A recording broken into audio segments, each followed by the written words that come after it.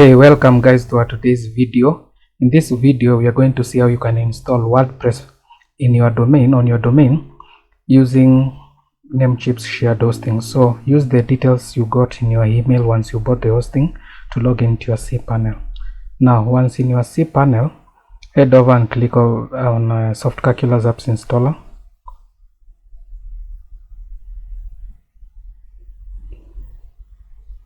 Let's wait for it to load.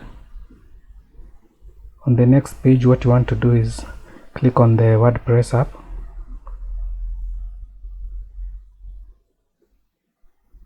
Okay, from here just simply click on install, and then we're going to, on the choose install URL, make sure that you've got the HTTPS selected and you've got the highest WordPress also selected over here. Then go ahead and choose the domain you want to install WordPress on. This for me it will be jmo.com. Then scroll down, then about the HTTPS, if you don't have it yet installed, I've got a video so that is going to go over on how you can get this SSL installed on your domain pretty quickly. So I'll also be doing that video next, so watch out for that, or just simply go to my videos page and look for it there. Okay, on the site name, simply just enter your site names. Site name, maybe mine will be JMO. On the tag, just say WordPress tutorials. For the enable multi-site, I don't think, if you are not looking into doing that, I don't think that you'll be using it, so leave it unchecked. For the admin username, use something that is strong and also not as simple as admin. So for me it will be maybe J Molatia, be 26. And then for the password, you can simply generate it and make it strong.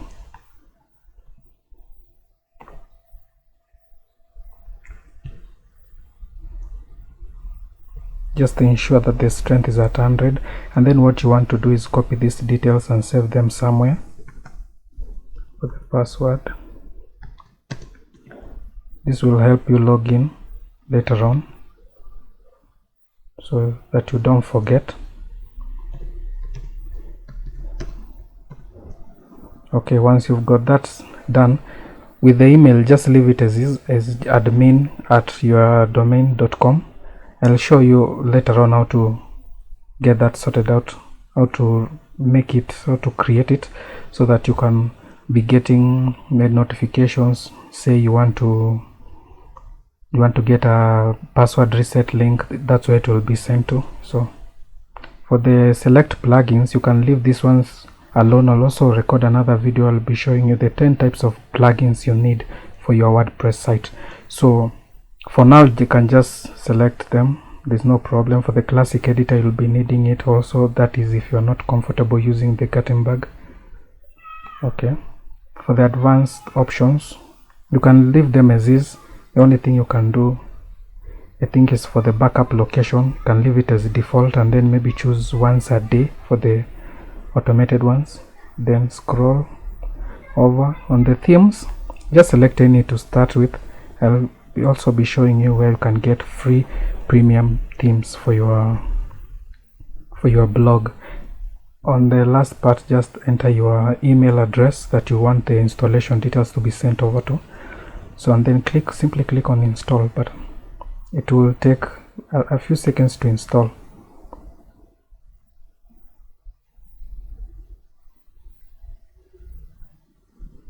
There, and we are done. So this, make sure you take note of this URL. This is the home page, that is your blog now, but this one is not, it's backend. The only difference will be this wp-admin. This is what we'll be using.